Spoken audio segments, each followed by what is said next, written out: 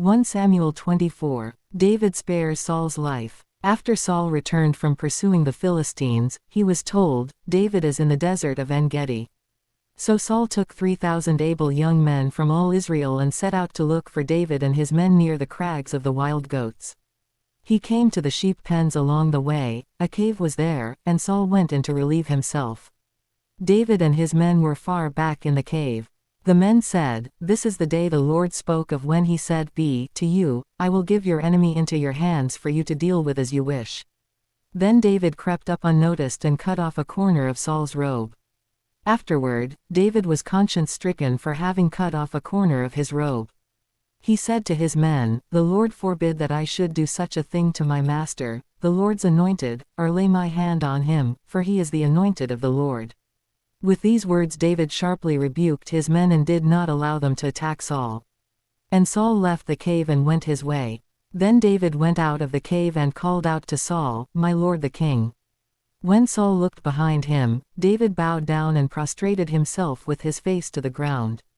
He said to Saul, "Why do you listen when men say, 'David is bent on harming you'? This day you have seen with your own eyes how the Lord delivered you into my hands in the cave. Some urged me to kill you, but I spared you. I said, I will not lay my hand on my Lord, because he is the Lord's anointed. See, my father, look at this piece of your robe in my hand. I cut off the corner of your robe but did not kill you. See that there is nothing in my hand to indicate that I am guilty of wrongdoing or rebellion. I have not wronged you, but you are hunting me down to take my life. May the Lord judge between you and me. And may the Lord avenge the wrongs you have done to me, but my hand will not touch you.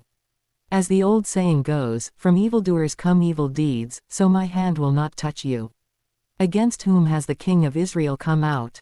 Who are you pursuing? A dead dog? A flea? May the Lord be our judge and decide between us. May he consider my cause and uphold it, may he vindicate me by delivering me from your hand." When David finished saying this, Saul asked, "Is that your voice, David my son?" And he wept aloud. "You are more righteous than I," he said.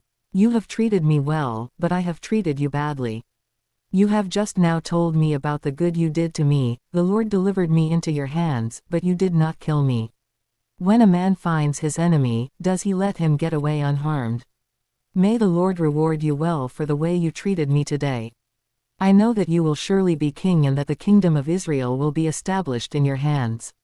Now swear to me by the Lord that you will not kill off my descendants or wipe out my name from my father's family." So David gave his oath to Saul. Then Saul returned home, but David and his men went up to the stronghold.